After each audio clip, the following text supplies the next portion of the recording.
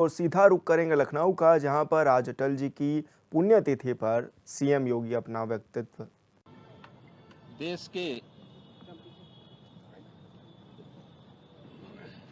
पूर्व प्रधानमंत्री, भारतीय राजनीति के अजात शत्रु के रूप में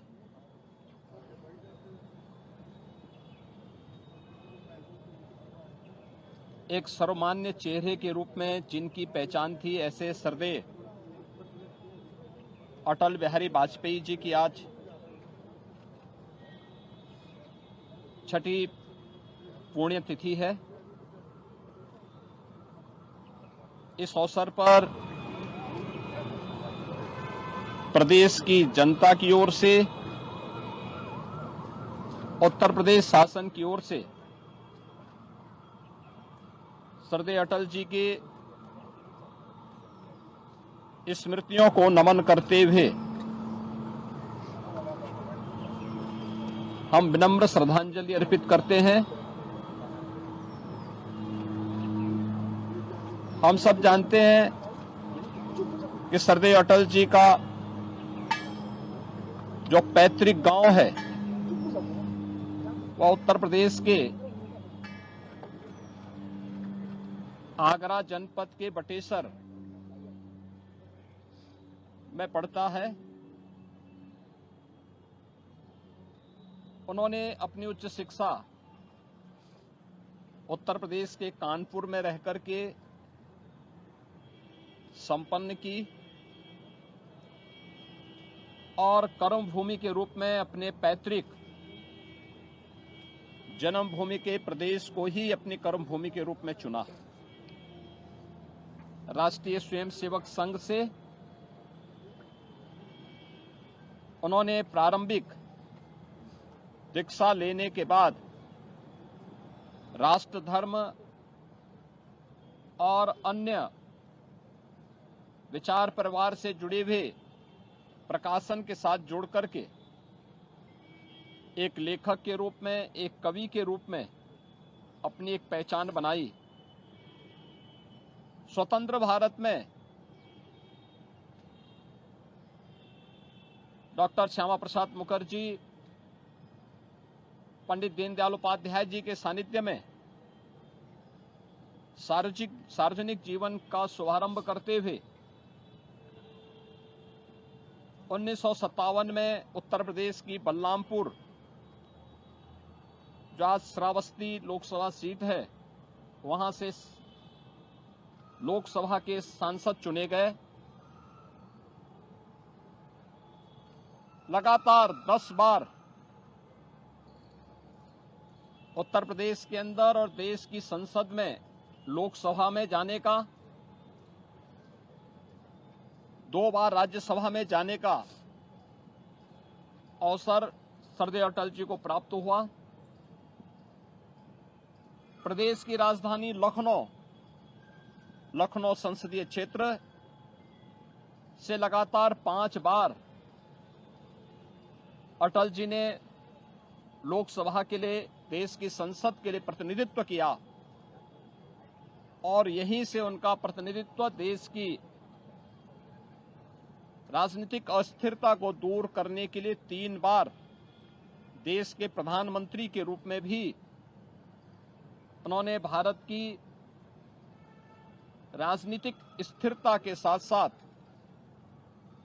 आधुनिक भारत के निर्माण की नींव रखी।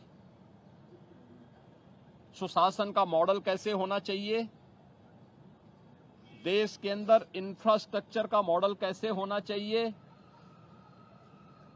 ग्रामीण विकास में विकास का मॉडल क्या होना चाहिए, गरीबों के लिए खाद्यान्न की योजना को आसान करने के लिए अंत्योदय की योजना को उन परिवारों तक पहुंचाने के लिए जो कार्यक्रम सफलतापूर्वक क्रियान्वयन हुए, वो सभी अटल जी की दूरदर्शिता का परिणाम है। सरदेव अटल जी का जन्म 25 दिसंबर 1924 को हुआ था और देश की राजनीति में सार्वजनिक जीवन के लगभग 6 दशक एक निष्कलंक जीवन जीते हुए भारतीय राजनीति को एक नई ऊंचाइयों तक पहुंचाते हुए 16 अगस्त 2018 को उन्होंने इस भौतिक जगत से। और खबरों में आगे बढ़ेंगे। उत्तराखंड में अक्टूबर महीने में निकाय के चुनाव हो सकते हैं। साथ ही त्रिस्तरीय पंचायतों के चुनाव के संबंध में भी चर्चा होने लगी है। वहीं इन सबके बीच बीजेपी चाहती है कि बदली परिस्थितियों में निकाय और पंचायत चुनाव साथ साथ कराए जाएं, जिस पर प्रदेश महामंत्री आदित्य कोठारी ने बताया है कि सरकार को पार्टी की ओर से बताया गया है कि इससे चुनाव पर आने वाले खर्च की बचत होगी और दोनों छोटी सरकारों के एक साथ चुनाव होने पर विकास कार्यों में भी किसी तरह का व्यवधान नहीं होगा।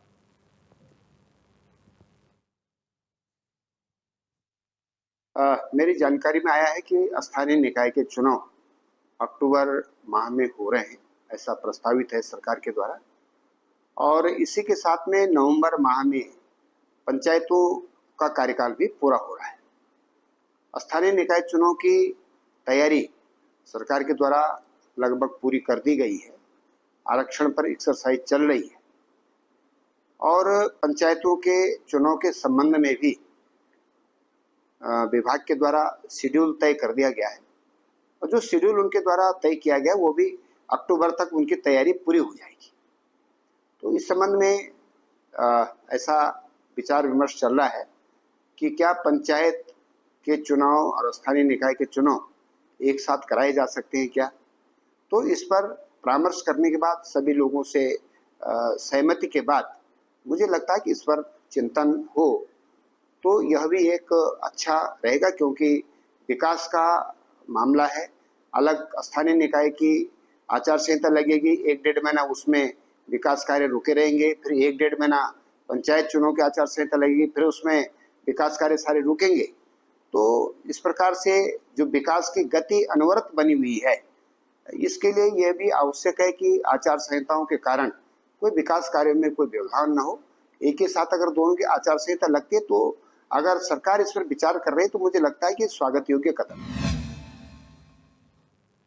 और संवाददाता अरुण सैनी हमारे साथ लाइव जुड़ चुके हैं। अरुण, जिस तरह से बीजेपी अब ये चाहती है कि त्रिस्तरीय चुनाव और पंचायत चुनाव जो हैं, निकाय चुनाव जो हैं वो साथ हों, तो क्या माने क्या सरकार को ये प्रस्ताव दिया गया है और अभी क्या कुछ चर्चाएं हैं आगे के लिए? जी विशाल, बिल्कुल देखिए, स्थानीय निकाय चुनाव को लेकर लगातार सियासत जो है गरमाई हुई है और स्थानीय निकाय चुनाव को लेकर लगातार चर्चाएं चल रही है कि जल्द से जल्द जो है निकाय चुनाव कराए जाने चाहिए। हाईकोर्ट भी लगातार जो है सरकार को फटकार लगाता हुआ दिखाई दे रहा है स्थानीय निकाय चुनाव को लेकर। और निकाय का जो कार्यकाल था वो 2 दिसंबर 2023 को समाप्त हो गया था, जिसके बाद 6 माह के लिए जो है प्रशासकों की जो है नियुक्ति की गई। 6 माह के तक जो है प्रशासक बिठाए गए। उसके बाद 2 जून 2024 को प्रशासकों का जो बिठाए गए थे उनका 6 महीने का जो है कार्यकाल वो समाप्त हुआ। उसके बाद 3 माह का जो कार्यकाल है वो फिर से जो है वो बढ़ाया गया और ऐसे में 2 सितंबर तक जो है वो भी समाप्त, जो 3 महीने का कार्यकाल बढ़ाया गया था वो समाप्त हो जाएगा। तो ऐसे में अब ये माना जा रहा है कि अक्टूबर तक जो है चुनाव, वो निकाय चुनाव जो है वो करा लिए जाएंगे, जिसको लेकर सरकार लगातार तैयारियां भी कर रही है और लगातार जो है तैयारियां लगभग जो है वो पूरी भी हो चुकी है। और जो बची कुछ तैयारियां रह गई हैं वो 15 सितंबर से पहले जो है वो पूरी हो जाएगी। तो ऐसे में ये माना जा रहा है कि 15 अक्टूबर के बाद जो है और अक्टूबर माह में ही निकाय चुनाव जो है वो हो सकते हैं। तो ऐसे में भारतीय जनता पार्टी संगठन ये चाहता है कि निकाय चुनाव और पंचायत चुनाव दोनों को एक साथ जो है वो कराया जाए। और इसके पीछे तर्क ये दिया जा रहा है कि निकाय चुनाव और अगर पंचायत चुनाव एक साथ होंगे तो इसमें समय की भी बचत होगी और इसी के साथ साथ जो खर्च है उसकी भी बचत होगी, खर्च भी कम आएगा और इसी के साथ साथ जो पंचायतों में और निकायों में जो कार्य होने हैं उन कार्यों में भी कोई व्यवधान नहीं होगा। और इसी के साथ साथ क्योंकि आचार संहिता अगर लगती है तो अलग अलग आचार संहिता, निकाय चुनाव अगर पहले होंगे उसके लिए अलग से आचार संहिता लगेगी, फिर पंचायत चुनाव होंगे तो उसके लिए अलग से जो है वो आचार संहिता लगेगी। तो ऐसे में काफ़ी समय भी जो है इसमें लगेगा और ऐसे में जो विकास कार्य हैं उनमें भी जो है वो व्यवधान आएगा। तो ऐसे में इसको लेकर ये कहा जा रहा है कि अगर चुनाव साथ में होंगे, पंचायत चुनाव और निकाय चुनाव, क्योंकि पंचायत चुनाव का जो कार्यकाल है वो भी नवंबर में जो है लगभग पूरा हो रहा है। तो ऐसे में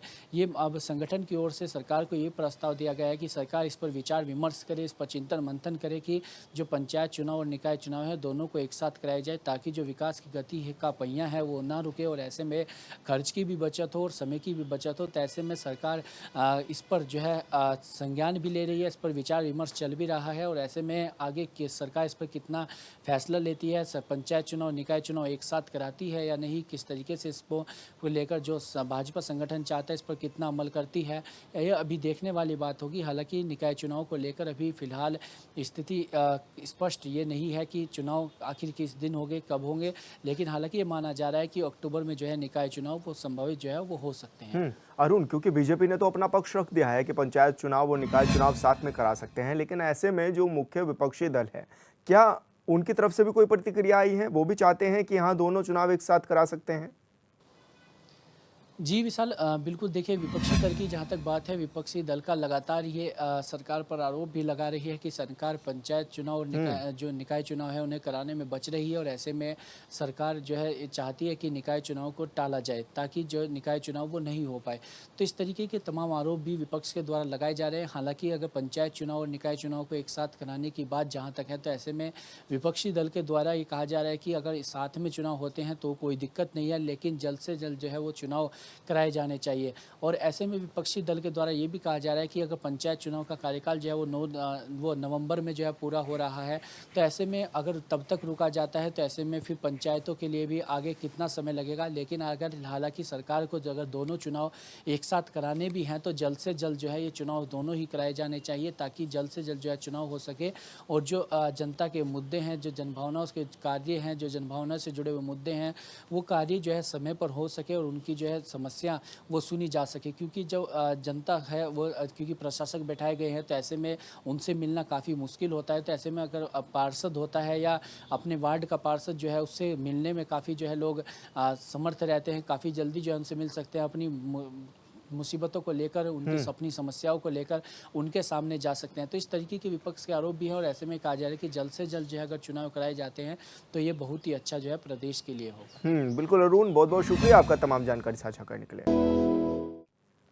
ब्रेक के बाद स्वागत है आपका। देहरादून के परेड ग्राउंड में 78वें स्वतंत्रता दिवस पर ध्वजारोहण कार्यक्रम आयोजित किया गया, जहां सीएम पुष्कर सिंह धामी ने तिरंगा फहराया। कार्यक्रम को संबोधित करते हुए सीएम धामी ने कहा है कि पीएम के नेतृत्व में देश निरंतर विकास के पथ पर आगे बढ़ रहा है और हमारा संकल्प है कि 2047 तक विकसित भारत बने।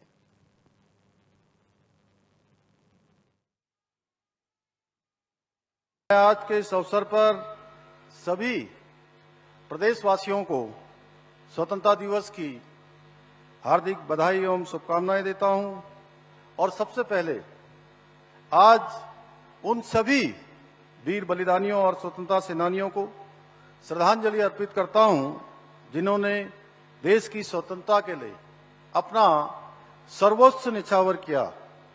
मैं सेना, अर्धसैनिक बलों तथा पुलिस बल के उन सभी जवानों को नमन करता हूं जिन्होंने मां भारती की सेवा में अपने प्राणों का बलिदान किया है।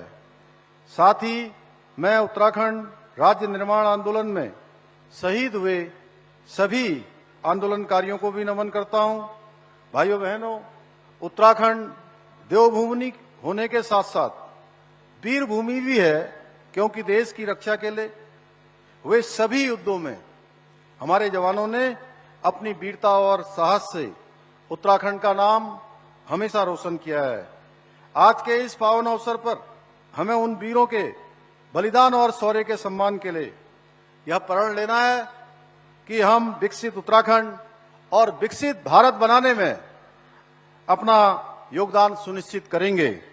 भाइयों बहनों, आदरणीय प्रधानमंत्री श्री नरेंद्र मोदी जी के नेतृत्व में आज भारत निरंतर प्रगति के पथ पर आगे बढ़ रहा है। पूरी दुनिया के अंदर आज भारत का मान सम्मान बढ़ रहा है, वैश्विक पहचान बढ़ रही है। चाहे वो आज रक्षा का क्षेत्र हो, विज्ञान तकनीकी का क्षेत्र हो या कृषि या शिक्षा का क्षेत्र हो, आज भारत हर क्षेत्र में नए कीर्तिमान स्थापित कर रहा है। आज देश में विकास के साथ साथ सांस्कृतिक पुनर्जागरण भी हो रहा है, जो हमें हमारे गौरवशाली अतीत से जोड़ता है और भविष्य के लिए प्रेरणा देता है। आज कश्मीर से धारा 370 हटाना, 3 तलाक की प्रथा को गैर कानूनी घोषित करना और अयोध्या में हम सब के आराध्य देव भगवान श्री राम का भव्य मंदिर का निर्माण हो, अंग्रेजों के समय के चले आ रहे कानूनों को रद्द करना हो, यह सब आदरणीय प्रधानमंत्री मोदी जी के नेतृत्व में ही संभव हो सका है। भाइयों बहनों, आदरणीय प्रधानमंत्री जी ने भारत की आजादी की 100वीं वर्षगांठ यानी 15 अगस्त 1947 तक भारत को विकसित राष्ट्र बनाने का संकल्प लिया है और इस संकल्प को पूरा करने के लिए हमारी सरकार भी राज्य के समग्र विकास के लिए अनेक महत्वपूर्ण कदम उठा रही है। भाइयों बहनों, विभिन्न चुनौतियों के बावजूद भी इस वर्ष हमारे प्रदेश ने कई उपलब्धियां हासिल की हैं। हम सभी के लिए गर्व की बात है कि इस वर्ष नीति आयोग द्वारा जारी रिपोर्ट के अनुसार एसडीजी इंडेक्स यानी कि सतत विकास के लक्ष्यों को प्राप्त करने की रैंकिंग में हमारे प्रदेश ने पूरे देश के अंदर प्रथम स्थान प्राप्त किया है। आज हमारा राज्य ईज ऑफ डूइंग बिजनेस की श्रेणी में, अचीवर्स और स्टार्टअप रैंकिंग में लीडर की श्रेणी में आ गया है। इसके साथ ही हमारा राज्य जीएपी यानी ग्रॉस इन्वायरमेंट प्रोडक्ट का इंडेक्स तैयार कर इंडेक्स ग्रोथ का आकलन करने वाला भारत का पहला राज्य बन चुका है। भाइयों बहनों, यह हमारे लिए गर्व का विषय है कि हमारा राज्य आजादी के बाद समान नागरिक संहिता बनाने वाला देश का पहला राज्य बन गया है। इसके द्वारा हमने देश और दुनिया को समानता और न्याय का एक प्रभावी संदेश दिया है। मुझे पूरा विश्वास है कि यूसीसी यानी कि समान नागरिक संहिता कानून समाज में महिला सशक्तिकरण की प्रक्रिया को और अधिक मजबूत करेगा। हमारी सरकार द्वारा अंत्योदय परिवारों को 3 गैस सिलेंडर देने, प्रदेश की महिलाओं के लिए 30% का क्षैतिज आरक्षण की व्यवस्था लागू करने, पुनः सरकारी नौकरियों में खेल कोटा प्रारंभ करने एवं उच्च शिक्षा प्राप्त कर रहे प्रदेश के विद्यार्थियों को छात्रवृत्ति देने जैसे अनेक अभूतपूर्व निर्णय लिए गए हैं। इसके साथ ही चाहे जबरन धर्मांतरण पर रोक के लिए कानून बनाना हो, लैंड जिहाद और लव जिहाद को रोकने के लिए कड़े कदम उठाने हो, देश का सबसे सख्त नकल विरोधी कानून बनाना हो या दंगा मुक्त प्रदेश बनाने के लिए एक कठोर दंगा रोधी कानून बनाने का निर्णय लेना हो, हमने इन सभी महत्वपूर्ण तथा लंबे समय से ठंडे बस्ते पर डाले गए कार्यों को धरातल पर उतारने का प्रयास किया है। राज्य सरकार ने गैरसैंण में शुरू होने जा रहे मानसून सत्र के लिए सभी तैयारियां पूरी कर ली हैं। उत्तराखंड विधानसभा अध्यक्ष ऋतु खंडूरी ने बताया है कि विधानसभा सचिवालय को अब तक 499 प्रश्न प्राप्त हो चुके हैं। वहीं संसदीय कार्य मंत्री प्रेमचंद अग्रवाल ने विपक्षी दलों से उत्तराखंड विधानसभा के मानसून सत्र को शांतिपूर्ण तरीके से चलाने में सरकार के सहयोग करने की भी अपील की है। बता दें कि उत्तराखंड विधानसभा का मानसून सत्र गैरसैंण के भराड़ीसैंण स्थित विधानसभा भवन में 21 अगस्त से शुरू होने जा रहा है, जो कि 23 अगस्त तक चलेगा।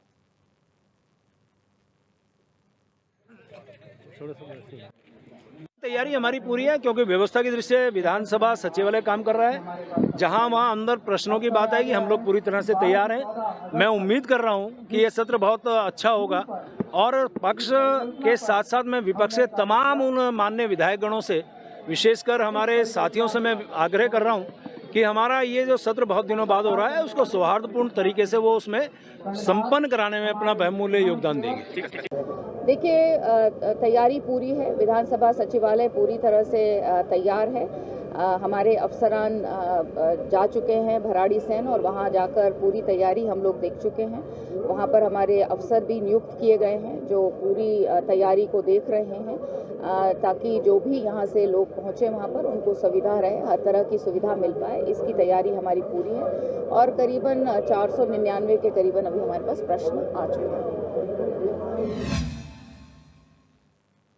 जम्मू के डोडा में शहीद हुए कैप्टन दीपक सिंह का पार्थिव शरीर गुरुवार शाम को हरिद्वार के खड़खड़ी शमशान घाट लाया गया, जहां उन्हें पूर्ण सैन्य सम्मान के साथ अंतिम विदाई दी गई। इस मौके पर राज्य सरकार की ओर से कैबिनेट मंत्री गणेश जोशी ने शहीद कैप्टन दीपक सिंह को श्रद्धांजलि अर्पित की। राजधानी देहरादून के कुआंवाला से लाए गए शहीद के पार्थिव शरीर को श्रद्धांजलि देने के लिए बड़ी संख्या में समाजसेवी, आला अधिकारी और स्थानीय लोग उपस्थित रहे। पूरे वैदिक मंत्रोच्चार के साथ शहीद को अंतिम संस्कार किया गया है।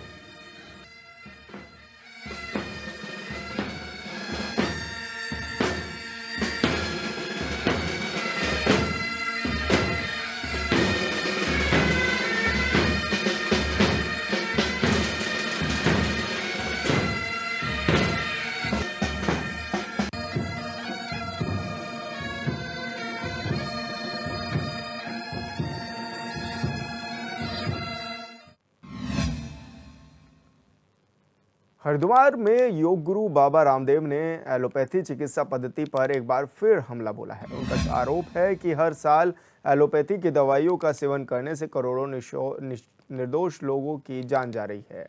साथ ही उन्होंने चिकित्सा स्वाधीनता आंदोलन को और भी जोरदार ढंग से आगे बढ़ाने का ऐलान किया है। उन्होंने कहा है कि अब समय आ गया है कि हम स्वदेशी चिकित्सा पद्धति की ओर भी मुखर करें और एलोपैथी की दवाइयों पर निर्भरता को कम करें।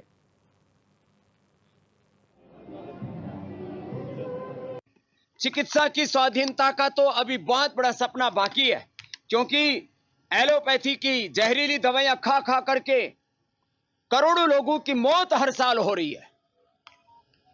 हमने दुनिया का इतिहास पढ़ा है कि ब्रिटिशर्स ने पूरी दुनिया में अपना राजनीतिक साम्राज्य कायम करने के लिए 10 करोड़ से ज्यादा लोगों का कत्ल किया।